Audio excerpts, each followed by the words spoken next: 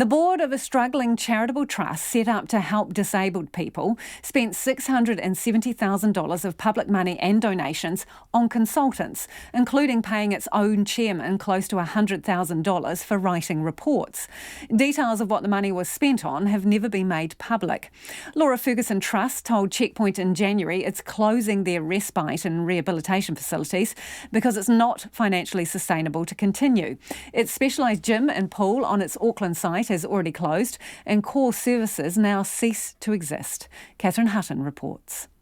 Dennis Lane is a retired forensic accountant who, until the first lockdown, regularly used the pool at the Fergusson Trust on Auckland's Great South Road.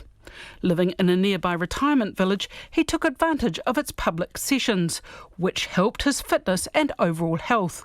It was possible to walk into the pool. The sessions were supervised by a physio and he had his own program. Since the pool's closure, he's been unable to find anywhere as suitable. The MS Society Therapeutics was at Epsom Girls Grammar, but that was in an Olympic-sized pool, and your feet don't touch the bottom, and the exercises you can do aren't appropriate. So it was exercise-specific, very useful, and possibly irreplaceable in the Auckland scene. Curious about the Trust's claims about its dire financial position, he examined their most recent financial statements, which showed $1 million loss in 2019.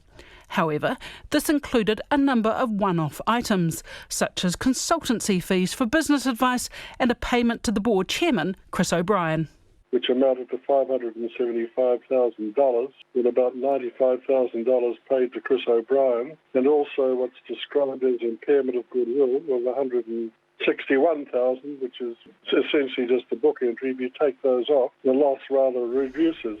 It reduces the Trust's operating losses to about $170,000, less than the $260,000 deficit the year before. Dennis Lane says the consultant's report should be made public, not only because of the amount of money it cost, but also because it appeared to be instrumental in the board's decision to close the operation.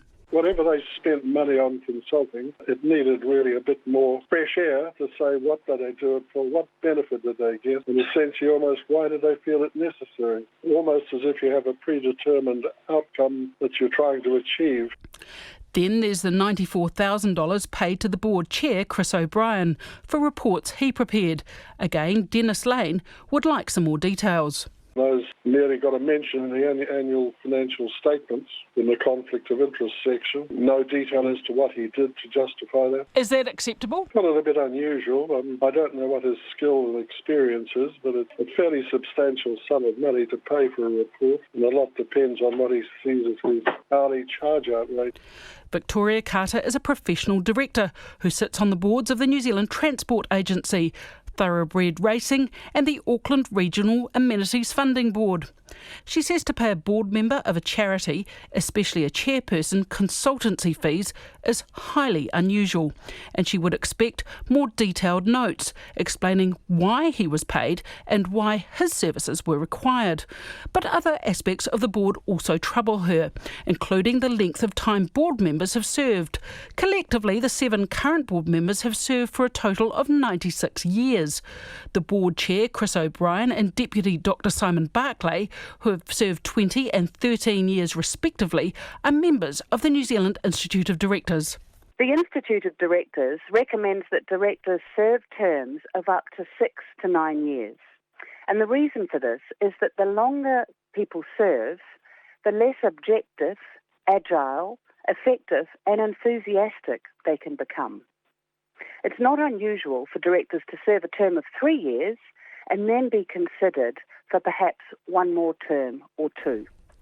She's also concerned at its failure to inject new blood. Last year, for example, Alan Hooker, who served on the board in 2005 for 11 years, was reappointed. Victoria Carter can't find a copy of the board's rotation policy on their website, but in the first instance, she says, they should be asking their members, who, as an incorporated society, the board is accountable to. She thinks they should consider the possibility of having a disabled person on the board too. All good boards do succession planning annually, that they would be addressing the current and future skills that the board needs that are going to help fulfil the purpose and strategy of Laura Fergusson. The Laura Fergusson Trust was set up in the 1960s to give young disabled adults independence and stop them being put into rest homes and psychiatric institutions because there was nowhere else for them to go.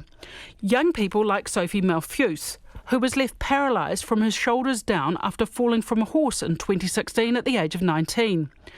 After spending 3 months in the spinal ward, she went to Laura Fergusson, while her house was made wheelchair-friendly. She describes her 9 months there as invaluable, with physios, occupational therapists, doctors and accessible facilities to help her integrate back into the community. So I would have multiple appointments every day, both in Laura Fergusson and out of the community. And then in my free time, me and the other young people there would go and hang out at the gym.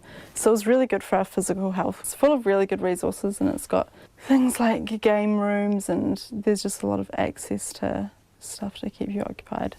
She says the other option, a rest home or private hospital, which is full of death and dying, is no place for someone coming to terms with the challenges of living with a disability. The idea of putting a young person that's newly paralysed, like for me, I'm 87% impaired, so that's a huge thing to be going through in itself. And then to put me into a private hospital where there are old people dying, that's just pushing it even further.